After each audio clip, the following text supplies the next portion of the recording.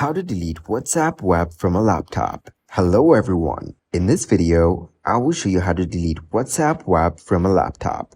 First of all, go to your browser and type in web.whatsapp.com. So this will open up your WhatsApp on your laptop. After that, click on the three dots at the top of the screen. Now this will open up a drop-down menu. Simply click on the settings option. After that, scroll a bit and then click on the logout option at the very end. Lastly, just click on the logout button. So this is how you can delete WhatsApp web from your laptop. Thank you guys for watching this video. I hope you got some value. Make sure to like this video and subscribe to the channel to get notified of new videos. See you in the next one.